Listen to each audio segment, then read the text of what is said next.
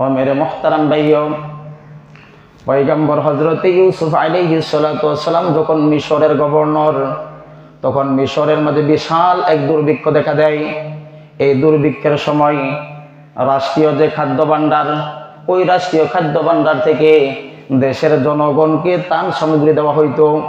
ওই সময় একজন ব্যক্তি হযরত ইউসুফ আলাইহিস সালাতু ওয়াস সালামের রাজ দরবারে আগমন করে ত্রাণ সামগ্রী গ্রহণ করার জন্য যখন একজন ব্যক্তি ইউসুফ আলাইহিস সালাতু ওয়াস সালামের রাজ দরবারের মাঝে আসে, তখন ওই ব্যক্তিকে এক সা পরিমাণ দেওয়া হইল। বলে এক সা এর পরিমাণ কত? 3 কেজি প্লাস হবে 3.5 কেজির মতো। তখন তাকে এক সা পরিমাণ দেওয়া হইল। তখন এই ব্যক্তিটি বলে কি, আমাকে আরো দাও। তখন তারা আরো এক সা পরিমাণ দেওয়া হইল। এই লোকটি আবার বলতেছে আমার আরো দাও।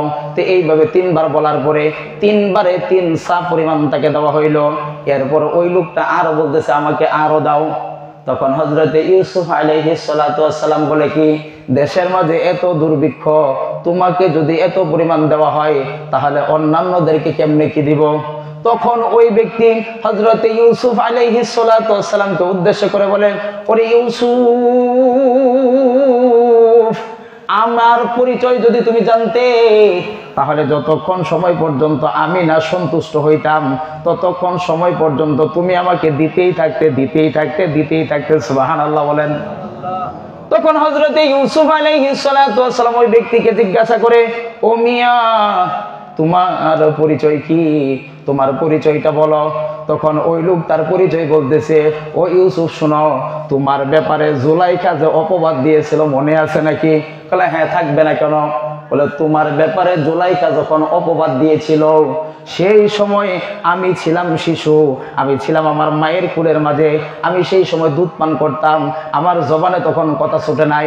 কিন্তু আমাকে গিয়ে লোকজন জিজ্ঞাসা করেছে, ওরে দুধের বাচ্চা, জুলাইখা ইউসুফের ব্যাপারে যেই কথা উত্থাপন করেছে, এই কথা সত্য নাকি মিথ্যা?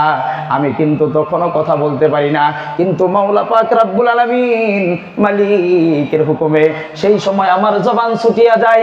আর সেই সময় আমি শিশু বাচ্চা, তোমার নির্দেশ হওয়ার ব্যাপারে, তুমি নির্দোষ হওয়ার ব্যাপারে আমি সাক্ষী দিয়েছিলাম। সুবহানাল্লাহ। তুমি নির্দোষ হওয়ার ব্যাপারে আমি সেই সময় মায়ের কোলে থেকে সাক্ষী দিয়েছিলাম, অথচ তখনও পর্যন্ত আমার মুখে কথা ফুটে নাই।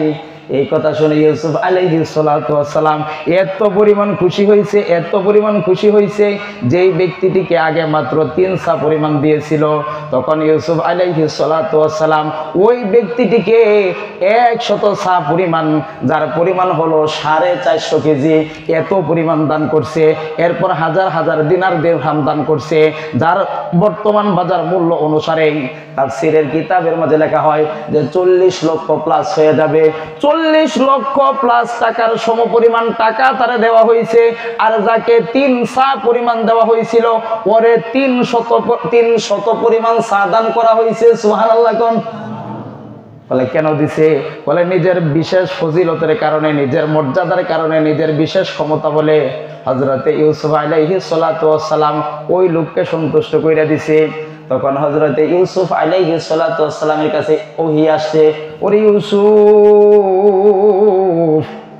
যেই ব্যক্তি তোমার নির্দোষ হওয়ার ব্যাপারে একবার সাক্ষী দিছে, কথাটা মনোযোগ দিয়া বুঝেন, ওরে ইউসুফ, যেই ব্যক্তি তোমার নির্দোষ হওয়ার ব্যাপারে একবার সাক্ষী দিছে, একবার সাক্ষী দেওয়ার কারণে যদি তুমি তার উপর এত সন্তুষ্ট হয়ে যাও, তারে যদি এত পরিমাণ তুমি দান করো, তাহলে ইউসুফ তুমি শুনো, আমি মাওলা পাক রব্বুল আলামিনের যে সমস্ত বান্দা বান্দি সকালে আমি মালিকের জিকির করে, সন্ধ্যায় আমি মালিকের জিকির করে, দিনের বেলায় আমি মালিকের জিকির করে, রাতের বেলায় আমি মালিকের জিকির করে, আমি মালিকের পুত পবিত্রতা ঘোষণা করে, আমি মাওলা পাক রব্বুল আলামিন আমার ফজিলতের কারণে, আমার শ্রেষ্ঠত্বের কারণে, আমার মর্যাদার কারণে আমি মাওলা পাক রব্বুল আলামিন আমার সেই সমস্ত বান্দা এবং বান্দীদেরকে বিগাইরি হিসাব, তাদেরকেও আমি অগণিত দান করে থাকি।